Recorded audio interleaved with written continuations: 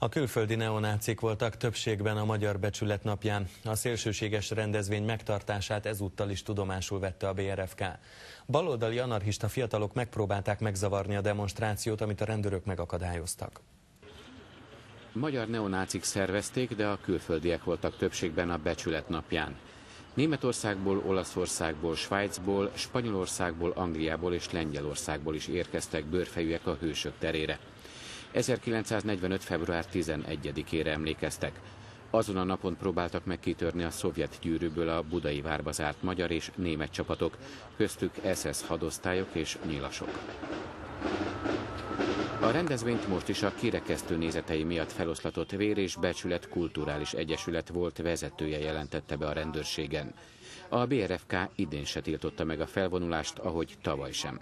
Ott lesz az az esernyő, csak hogy lássátok. A Szépművészeti Múzeum lépcsőjén közben ellentüntetők gyülekeztek.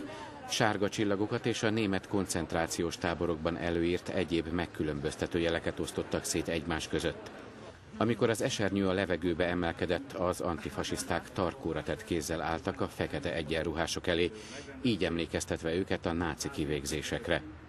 A Hősök terére egyébként közel 500 rohamrendőrt és térfigyelő kamerás autót vezényeltek.